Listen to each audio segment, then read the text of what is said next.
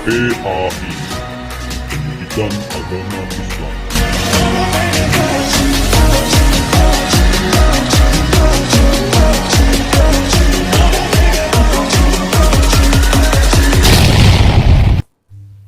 Assalamualaikum warahmatullahi wabarakatuh. Halo, selamat pagi anak-anakku kelas 4. Gimana kabarnya? Semoga kita semua selalu dalam lindungan Allah dan selalu diberi kesehatan ya. Amin. Baik, hari ini kita akan melanjutkan pelajaran pendidikan agama Islam bab 6, yaitu tentang santun dan menghargai teman. Mari kita berdoa terlebih dahulu. Doa sebelum belajar. Bismillahirrahmanirrahim. Rabbi zidni ilma warzuqni fahma. Amin. Baik, langsung saja kita masuk ke materi. Santun dan menghargai teman. Santun berarti halus budi, baik bahasa, dan sopan tingkah lakunya. Orang yang santun biasanya memiliki sifat sabar, tenang, penuh rasa belas kasihan, dan suka menolong. Santun tidak hanya ditunjukkan terhadap orang yang lebih tua, tetapi terhadap teman sebaya atau yang lebih muda. Sedangkan menghargai berarti menghormati, mengindahkan, dan memandang penting kepada orang lain. Orang yang tidak menghargai berarti orang yang meremehkan atau tidak peduli terhadap orang lain. Allah Subhanahu wa Ta'ala, Zat yang Maha Penyayang, Maha Pemaaf, dan Maha Penyantun kepada semua makhluknya. Kasih sayang Allah Subhanahu wa Ta'ala kepada hambanya ditunjukkan dengan memberikan petunjuk dan membimbing hambanya ke jalan yang benar. Allah Subhanahu wa Ta'ala berfirman dalam Al-Quran Surat Al-Hadid ayat 9 yang berbunyi sebagai berikut. A'udzu billahi minasy syaithanir rajim. Bismillahirrahmanirrahim. Huwallazi yunazzilu ala 'abdihi ayatin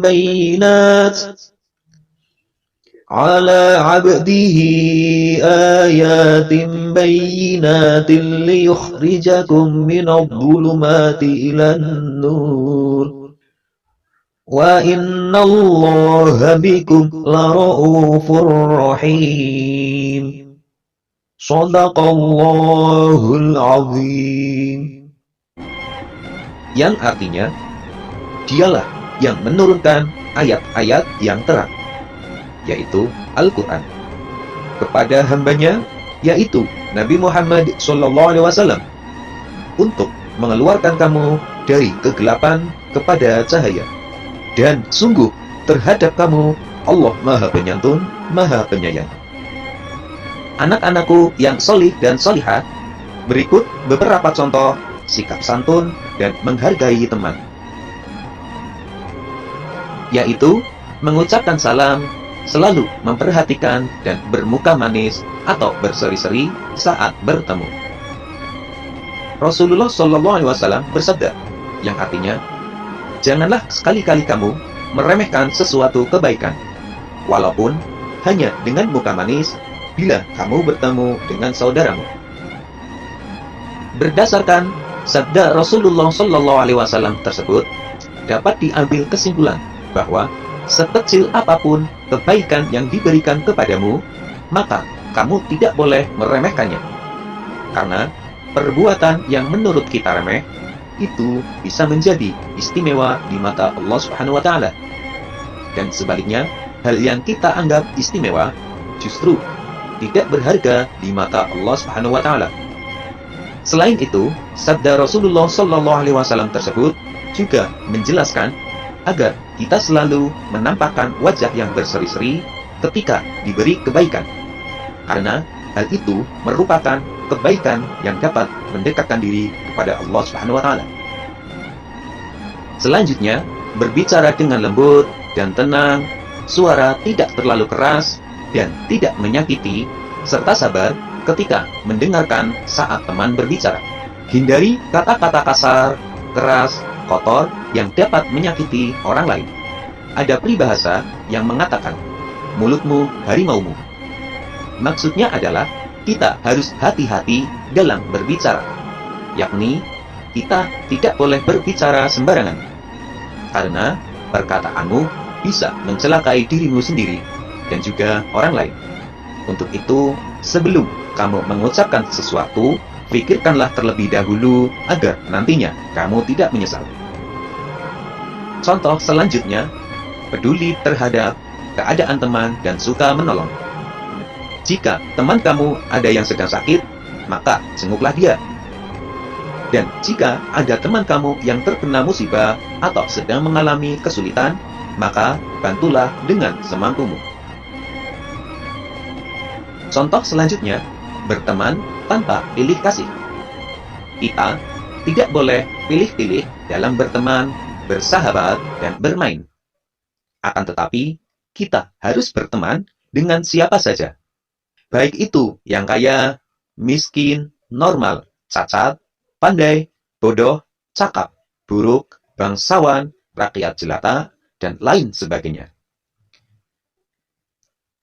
Kemudian, tidak mencela dengan perkataan yang buruk.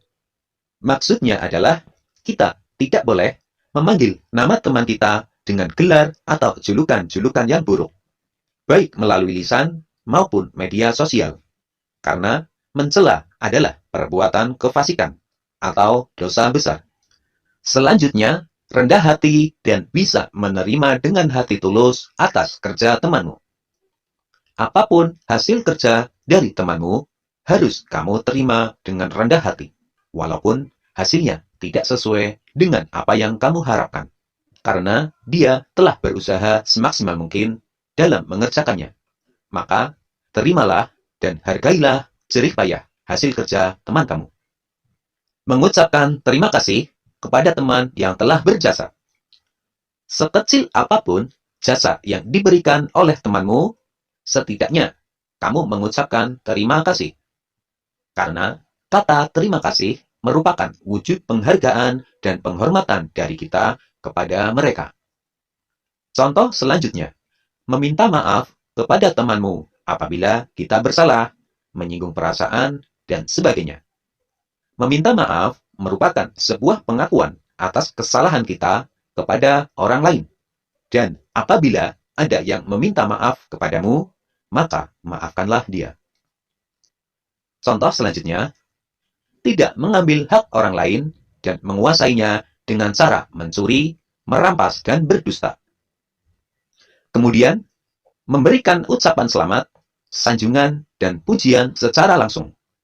Apabila teman kita ada yang mendapatkan penghargaan atau kemenangan. Adapun manfaat dari santun dan menghargai teman adalah sebagai berikut. Memiliki banyak teman, kita akan disantuni dan akan dihargai oleh teman. Mencegah terjadinya perbuatan kekerasan dan mendapat pahala.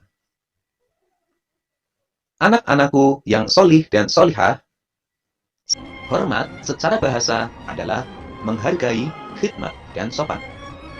Sikap menghormati adalah sikap menghargai orang lain dengan berperilaku baik dan sopan. Sedangkan patuh adalah menuruti, taat, atau disiplin. Mematuhi berarti menuruti perintah dan melaksanakan dengan penuh tanggung jawab. 1. Hormat dan patuh pada orang tua. Orang tua terdiri atas ayah dan ibu.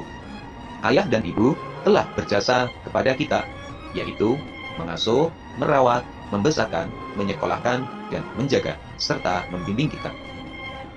Setiap orang tua memiliki harapan yang sama, yaitu agar anak-anaknya menjadi anak yang solih dan solihah, taat kepada Allah Subhanahu wa Ta'ala, taat kepada orang tua, serta berguna bagi bangsa dan negara. Hormat dan patuh kepada orang tua dikenal dengan istilah birrul walidain. Allah Subhanahu wa Ta'ala memerintahkan kepada kita agar hormat dan patuh pada orang tua. Adapun firman Allah Subhanahu wa taala tersebut adalah sebagai berikut. A'udzu billahi minasyaitonir rajim. Bismillahirrahmanirrahim. Wa wassaynal insana biwalidayhi حملت أمه وهنا على وهن وفصاله في عامان أن اشكر لي ولوالديك إلي المصير صدق الله العظيم. Artinya, dan kami perintahkan kepada manusia untuk berbuat baik kepada dua orang, ibu bapaknya. Ibunya telah mengandungnya dalam keadaan lemah yang bertambah-tambah dan menyapihnya dalam 2 tahun. Bersyukurlah kepadaku dan kepada dua orang, ibu bapakmu. Hanya kepadakulah kembalimu. Al-Quran Surat Luqman ayat 14. Setelah kalian mengetahui tentang pengertian hormat dan patuh kepada orang tua, mari kita praktikkan dalam kehidupan sehari-hari. Berikut adalah contoh hormat dan patuh pada orang tua. A.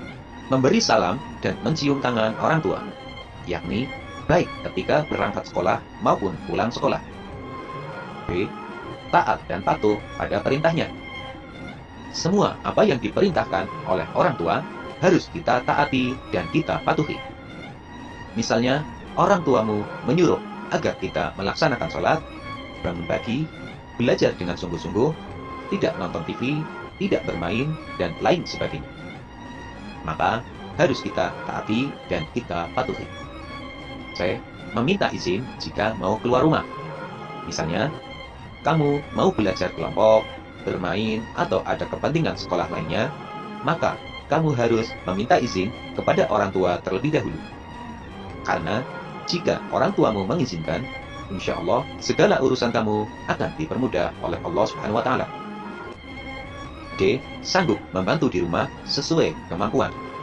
Misalnya, membantu orang tua mencuci piring atau memasak, menyapu rumah, merapikan tempat tidur, dan lain sebagainya. E. Selalu ingat dan mendoakannya. Mari kita bersama-sama membaca doa untuk kedua orang tua. Allahumma ighfirli wa liwalidayya warhamhuma kama rabbayani shaghira. Yang artinya, ya Allah, ampunilah aku dan kedua orang tuaku. Sayangilah mereka sebagaimana mereka menyayangiku di waktu kecil. Mari kita doakan kedua orang tua kita setelah sholat 5 waktu. 2. Hormat dan patuh kepada guru. Guru adalah pengganti orang tua di sekolah. Kewajiban kita sebagai siswa adalah menghormati dan menghargai mereka, yakni sebagaimana orang tua kita sendiri di rumah. Karena jasa gurulah kita bisa membaca, menulis, memiliki pengetahuan, dan lain sebagainya.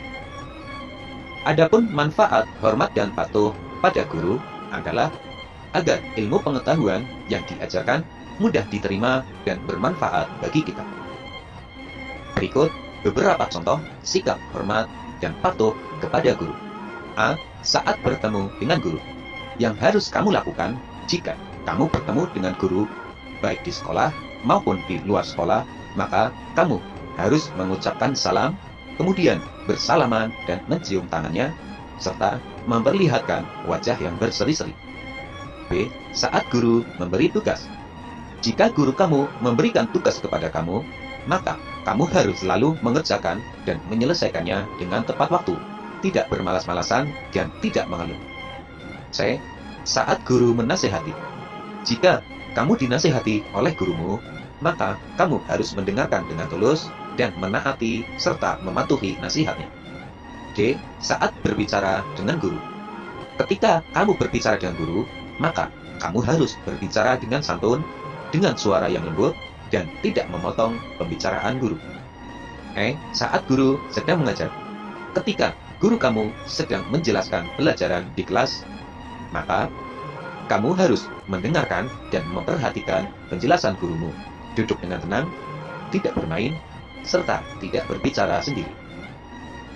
Anak-anakku yang solih dan solihah, setelah kalian melihat dan mendengar video ini, ayo, jawablah pertanyaan-pertanyaan berikut. 1. Perintah hormat dan patuh pada orang tua terdapat dalam surat. 2. Hormat dan patuh kepada guru mempunyai manfaat bagi kita, yaitu 3. Sebutkan 3 contoh hormat dan patuh pada orang tua. 4. Sebutkan 3 contoh hormat dan patuh kepada guru.